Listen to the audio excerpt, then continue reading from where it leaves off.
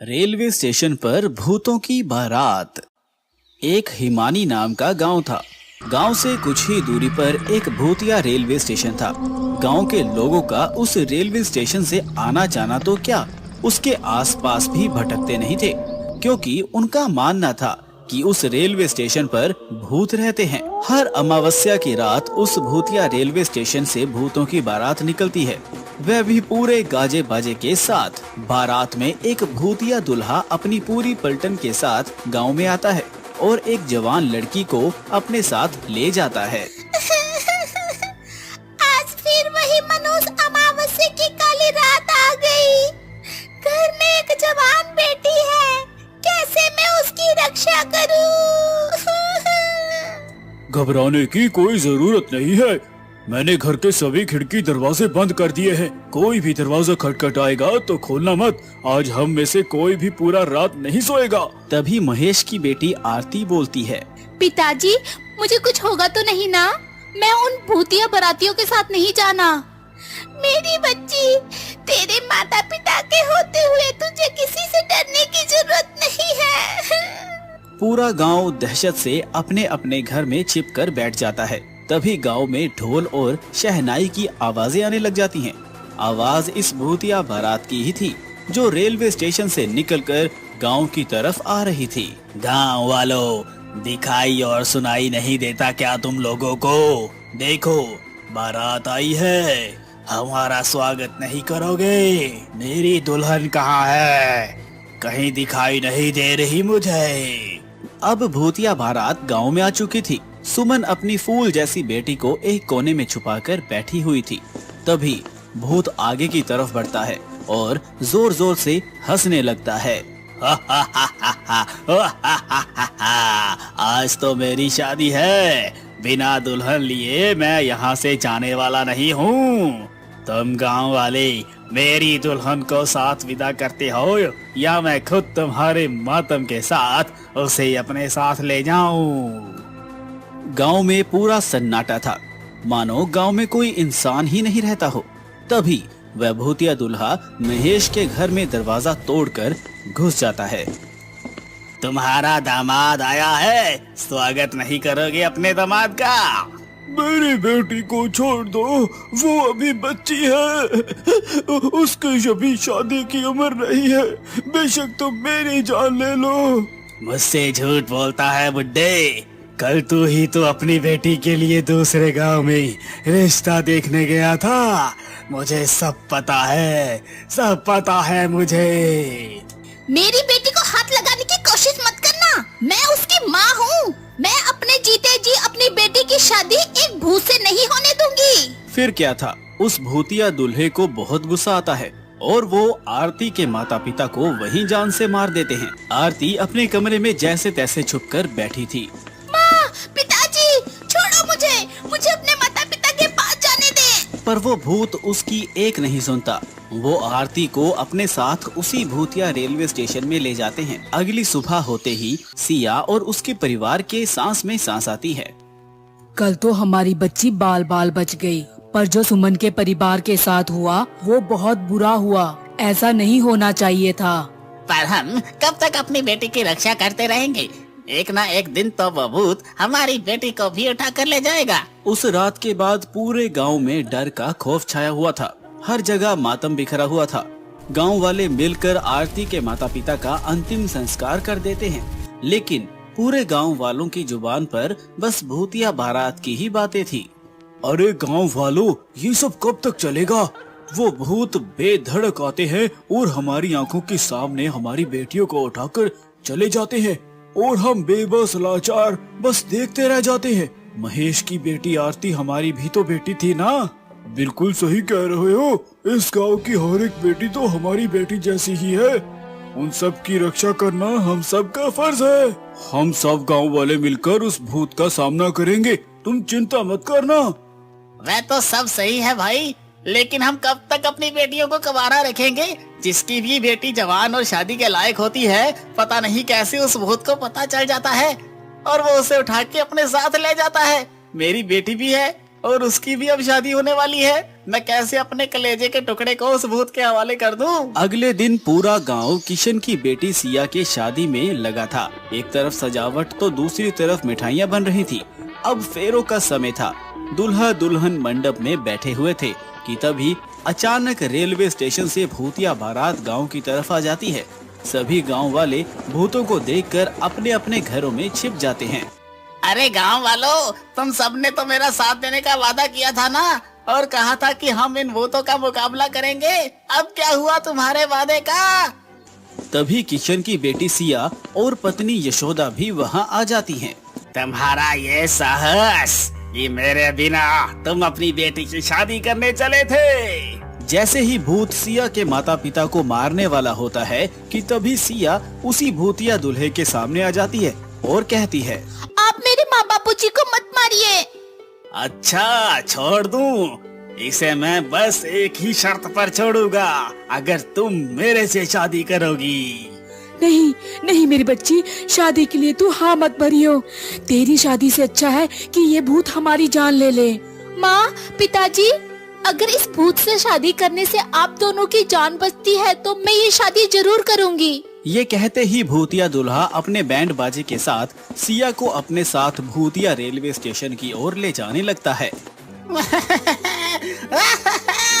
रुक जा मेरी बेटी, तू ऐसा मत कर। किसी गांव वाले की हिम्मत नहीं होती कि उस भूतिया बारात का सामना कर सके, क्योंकि उस बारात में एक से बढ़कर एक खूंखार और चुड़ैल मौजूद थे। वहीं अशोक नाम का व्यक्ति अभी हाल ही में गांव में आया था और ये सब देखकर वो कहता है, ये ठीक नहीं किया हम सब ने। मेरी भी एक बहन है और उसकी भी उम्र शादी के लायक हो गई है। क्या उस सिया की जगह मेरी बहन होती तब भी ऐसा ही करते हम लोग। गाँव की बेटियों को हम यूं ही उन भूतिया बारातियों के हवाले करते आ रहे हैं। कल को मेरी नीलम का नंबर ना हो। भैया भाभी, मुझे बहुत डर लग रहा है। आए दिन इन भूतों का खौफ बढ़ता ही जा रहा है। दुल्हन का वो सुहाग का जोड़ा उनके मौत के जोड़े में तब्दील होता जा रहा है। बहन, तू चिंता मत कर, मैं इसका समाधान जरूर निकालूंगा और तेरे साथ साथ इन गांव वालों को भी इन भूतिया बारातियों से मुक्त कराऊंगा। इसके बाद अशोक जंगल में एक तपस्वी तांत्रिक के पास जाते हैं और उनके पास पहुंचकर अपने गांव का हाल बताता है। बेटा, मैं देख पा रहा हूँ कि तुम्हारे गांव पर एक श्रापित भूतिया बारात का साया है और उस भूतिया बारात से छुटकारा पाने के लिए मेरे कहे अनुसार नियमों का पालन करना होगा। जी तांत्रिक बाबा। इसके बाद वो तांत्रिक अशोक को समाधान और नियम बताते हुए एक गंगा जल की बोतल देते हैं और कहते हैं, जा बच्चा, तेरे और तेरे गांव वालों का कल्याण हो। जिसके बाद अशोक गंगा जल लेकर गांव आ जाता है और सभी गांव से कहता है, सुनिए गांव वालों, इस भूतिया बारात से छुटकारा पाने का एक उपाय मुझे मिल चुका है, लेकिन इस काम को पूरा करने के लिए मुझे आप सबका साथ चाहिए होगा। हम सब तुम्हारा साथ देंगे। बताओ क्या क्या करना करना है। बस आप सब एक काम कीजिए कि आज की रात शादी का प्रबंध कीजिए, बाकी सब मैं संभाल लूंगा। अशोक के ऐसा कहते ही पूरा गांव शादी की तैयारी में लग गया और ऐसे ही अब रात हो चली थी और शादी की बात उन भूतिया बारात को भी पता चल गई थी। जिसके बाद वो भूतिया बारात बैंड बाजे के साथ गांव में आ खड़ी हुई। कहाँ है मेरी दुल्हन? बताओ, कहाँ है मेरी दुल्हन? भूतिया दूल्हा मंडप में एक दुल्हन को देखता है और उसे अपने साथ भूतिया रेलवे स्टेशन के अंदर एक पुरानी सी ट्रेन के डिब्बे में लेकर चला जाता है, जहां पर बहुत सारे कंकाल ही कंकाल पड़े हुए थे। तभी वह दुल्हन घूंघट उठाते हुए कहता है, ये नहीं तुम्हारी दुल्हन, कर लो अब शादी। धोखा हुआ है मेरे साथ, धोखा। मैं तुम्हें नहीं छोड़ूंगा। भूत के ऐसा कहते ही अशोक अपने हाथों में छुपाए हुए गंगा जल को उस ट्रेन में पड़े कंकाल के ऊपर छिड़क देता है और बाहर निकल जाता है। जिसके बाद उस पूरी ट्रेन में आग लग जाती है और वो भूतिया बारात उस आग में भस्म हो जाती है। अशोक के इस काम से अब गांव में बेटियों की शादी अच्छे से होने लगती है और सब कुछ ठीक हो जाता है। श्रुति अपनी सास, पति, ससुर और 1 साल की बेटी पिंकी के साथ रहती थी। उनके दिन गरीबी में कट रहे थे। मोहन सारा दिन गांव के पास वाले रेलवे स्टेशन पर जाकर कूली का काम करता था, लेकिन उसकी कमाई से पूरे परिवार का खर्च चलाना भी मुश्किल पड़ता था। भाग्यवान, लाओ रोटी दे दो, बड़े जोरों से भूख लगी है। श्रुति, ओ श्रुति। मोहन श्रुति को आवाजें लगाने लगा, लेकिन कोई जवाब नहीं आया।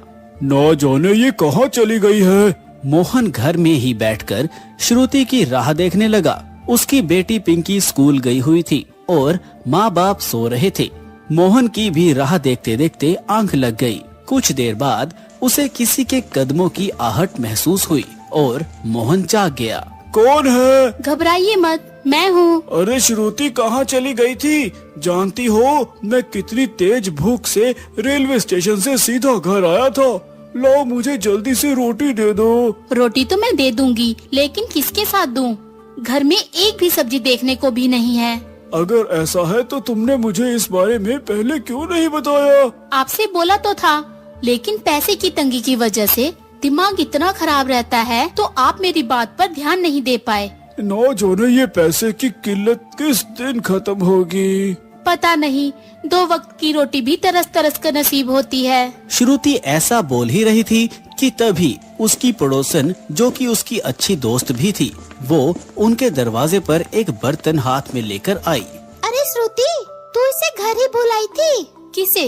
ये खाना जो मैंने तुझसे बनवाई थी, जो मैंने थोड़ी सी तेरे लिए भी निकाल दी थी, लेकिन मैं तुझे बताना ही भूल गई। ये ले। तेरा शुक्रिया। श्रुति की पड़ोसन उसे वो बर्तन थमाकर चली गई। ये सब क्या है श्रुति? कुछ नहीं जी, वो प्रिया ने मुझे आज पूरी सब्जी और खाने की कई सारी चीजें बनवाई थी। बोल रही थी कि मैं खाना अच्छा बनाती हूँ, तो आज का ये खास खाना मैं उसके लिए बना दूँ। अच्छा, वैसे ऐसे लोगों के भी मजे है। अगर मुझे ऐसा खाना महीने में एक बार भी खाने को मिले तो मैं कभी भी अपनी जिंदगी को दोष ना दूं। दोष तो देना भी नहीं चाहिए। ना जाने कितने लोग हमारी जैसी जिंदगी के लिए तरसते रहते हैं, इसीलिए हमें हर हाल में खुश रहना चाहिए। अच्छा चलिए, अब बहुत बातें हो गई, जल्दी से आप खाना खा लीजिए। इतने में मोहन ने अपने हाथ और मुंह को धोया। इतनी ही देर में पिंकी भी स्कूल से आ गई और पड़ोसन के दिए हुए खाने को श्रुति ने अपनी सास, ससुर और पति और बेटी के बीच में बांट दिया। वाह वाह वाह, मजा आ गया। श्रुति, क्या ये सब खाना सच में तुम ही बनाई है? आपको कोई शक है? नहीं नहीं, बिल्कुल नहीं। मैं जानता हूँ कि मेरी बीवी बहुत ही स्वादिष्ट खाना बनाती है, तभी तो हम पूरे हफ्ते सिर्फ आलू खाकर ही अपना गुजारा कर लेते हैं। मोहन की बात सुनकर सभी हंसने लगे।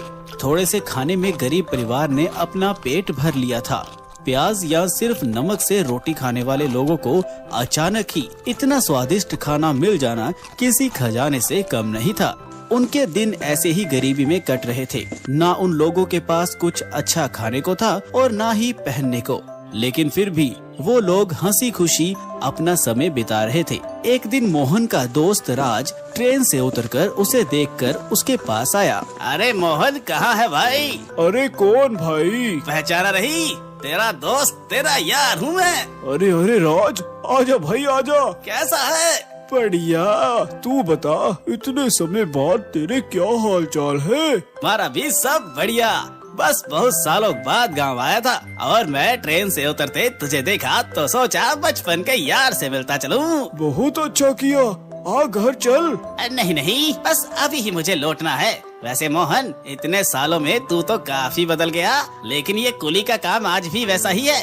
तूने ये काम छोड़ा नहीं? तेरा काम वाम सही चल रहा है या नहीं? तू खुद ही देख ले, बस यही काम है। क्या भाई, इतनी महंगाई के जमाने में तू सिर्फ स्कूली के काम के सहारे अपना घर चलाता है? तो मैं और क्या करूं? मेरी मान तो इस काम को छोड़कर कोई दूसरा काम शुरू कर ले।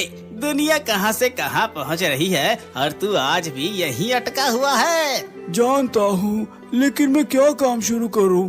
कोई भी नया काम करने के लिए पैसों की जरूरत पड़ती है, जो कि मेरे पास देखने को भी नहीं है। तू चिंता क्यों करता है? अभी तेरा दोस्त जिंदा है। मैं दूंगा तुझे कारोबार लगाने के लिए पैसे, और जब तेरा काम चल जाए तू मेरा पैसा लौटा देना। राज ने मोहन को उम्मीद की एक किरण दिखाई। मोहन को भी राज का विचार अच्छा लगा और वो दिन भर बस यही सोचता रहा कि वो क्या करे।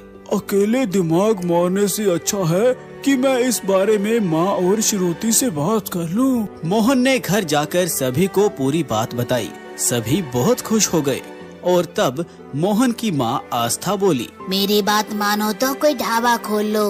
मेरी बहू इतना अच्छा खाना बनाती है कि कोई भी उसके हाथों का खाना खा के दीवाना हो जाएगा।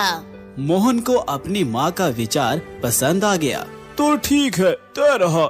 श्रुति, मैं राज से पैसे लेकर गांव में ही एक ढाबा खोल लूंगा और तुम और मैं उस ढाबे को मिलकर चलाएंगे और हर दिन खाने का मेन्यू चेंज रखेंगे। जी बिल्कुल सही कह रहे हैं आप। सभी ने मोहन की बात पर गर्दन हिला दी। अगले ही दिन मोहन ने राज से 30,000 रुपए उधार लिए और वो जरूरत का सारा सामान ले आया। श्रुति ने भी बड़ी ही मेहनत से भगवान का नाम लेकर खुशबूदार खाना बना दिया और दोनों पति पत्नी ग्राहकों के आने की राह देखने लगे। सुनिए जी, यहाँ तो कोई नहीं आ रहा। सब्र रखो श्रुति, कोई तो आ ही जाएगा। सुबह से शाम हो चली थी, लेकिन अभी तक कोई भी उनके ढाबे में नहीं आया था।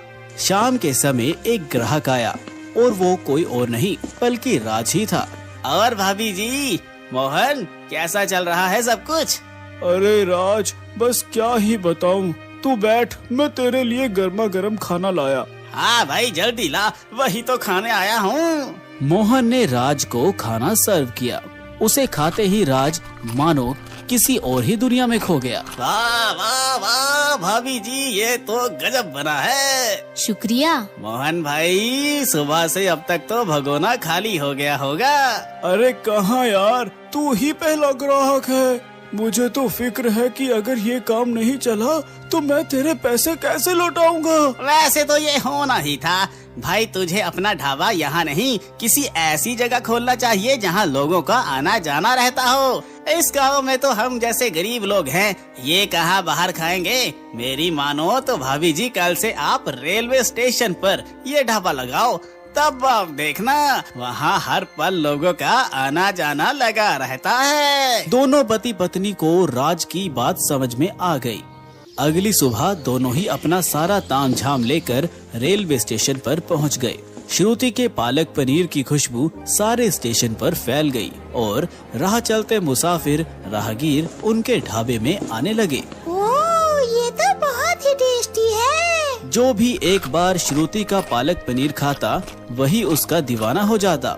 रेलवे स्टेशन पर मोहन और श्रुति का ढाबा चल गया और कुछ ही दिनों में उनके घर के हालात ठीक होने लगे। मोहन हर दिन के अनुसार ढाबे पर अलग अलग डिशेस बेचा करता था और सर के ऊपर से राज का कर्ज उतारकर अब मोहन भी एक बेफिक्री की जिंदगी जी रहा था।